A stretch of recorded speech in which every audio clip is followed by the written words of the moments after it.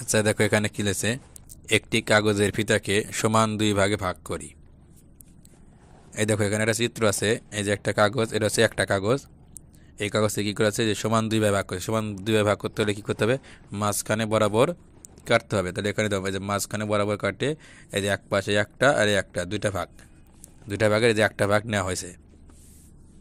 এরপরে দেখো কি বলছে, যখন আমরা একটি বস্তুকে সমান দুই অংশে ভাগ করি তখন প্রত্যেক অংশকে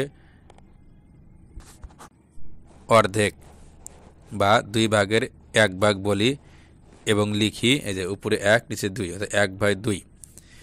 তাহলে আমরা এখানে কি বুঝলাম, যদি কোনো বস্তুকে সমান দুই ভাগে ভাগ করি তাহলে আমরা কি বলি, এক ভাগকে বলি কি অর্ধেক।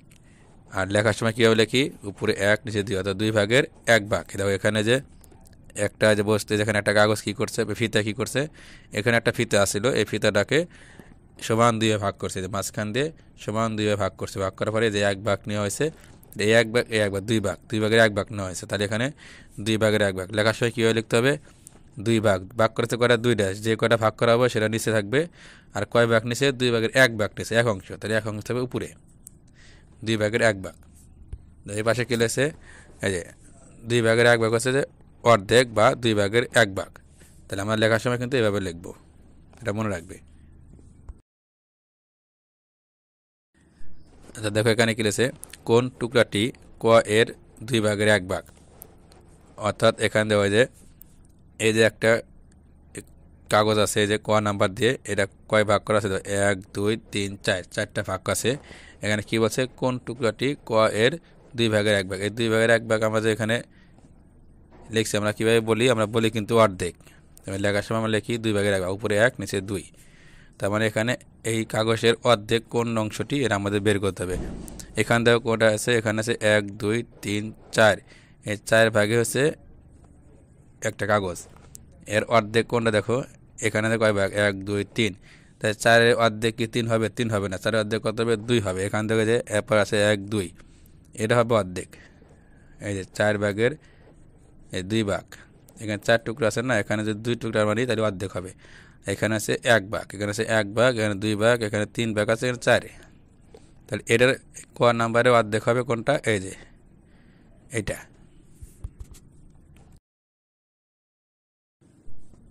এখানে দেখো কি লেছে, নিচের প্রত্যেক আকৃতির এই যে দুই ভাগের এক অংশ বা দুইয়ের এক অংশ রং করি।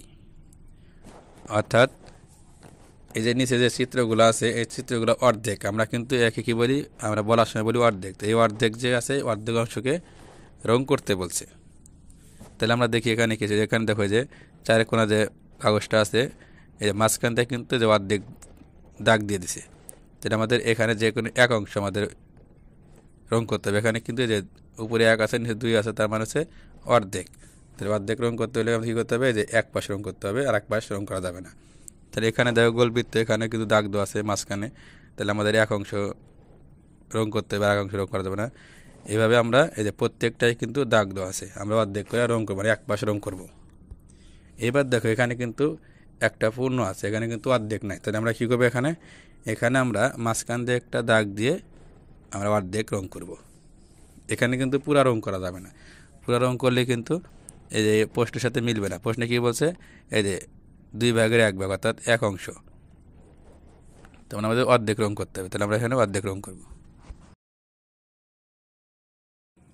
আচ্ছা দেখো এখানে কি লিখেছে, দুইটি, এই যে দুই ভাগের এক ভাগ মানে কি অর্ধেক, আমরা কিন্তু অর্ধেক বলি। দুইটি অর্ধেক একত্রে রাখলে কি তৈরি হবে। অর্থাৎ এই যে এখান থেকে কাগজ দেখা দিচ্ছে, যে এখানে মাঝখান দিয়ে দাগ দিচ্ছে অর্ধেক, এখানে যে দুই ভাগের এক ভাগ, এখানে দুই ভাগের এক ভাগ, অর্থাৎ এখানে আর এখানে দুইটা মিলে কি একটা। এখানেও কিন্তু দেখো যে দাগ দিয়ে দিচ্ছে মাঝখানে, এখানে অর্ধেক, এখানে অর্ধেক। এখন দুইটা অর্ধেক যদি আমরা এক জায়গায় করি তাহলে কি হবে, একটা পুরা হবে। দেখো এই যে এখানে লেগেছে যে দুইটি, এই যে দুই ভাগের এক ভাগ একত্রে রাখলে যে একটা চিহ্ন দিয়ে, এখানে কিন্তু মাঝখানে দাগ দেয় না, মানে একটা পূর্ণ হবে, মানে একটা তৈরি হবে আর কি। তো এখানে যদি এই যে ওই অর্ধেক আর এই অর্ধেক, দুই অর্ধেক যদি আমরা এক জায়গায় করি তাহলে কিন্তু একটা পূর্ণ হয়ে গেল। তুমি দেখো যে আমি ভিডিওতে দেখা দিচ্ছি যে দুইটা অর্ধেক যদি আমরা এক জায়গায় করি তাহলে একটা কিন্তু পূর্ণ হয়ে গেল। তাহলে আমরা বুঝলাম, যদি এরকম থাকে যে দুইটি অর্ধেক যদি আমরা এক জায়গায় করি বা দুই ভাগের এক ভাগ যদি দুইটি অর্ধেক করি তাহলে কি একটা পূর্ণ হবে।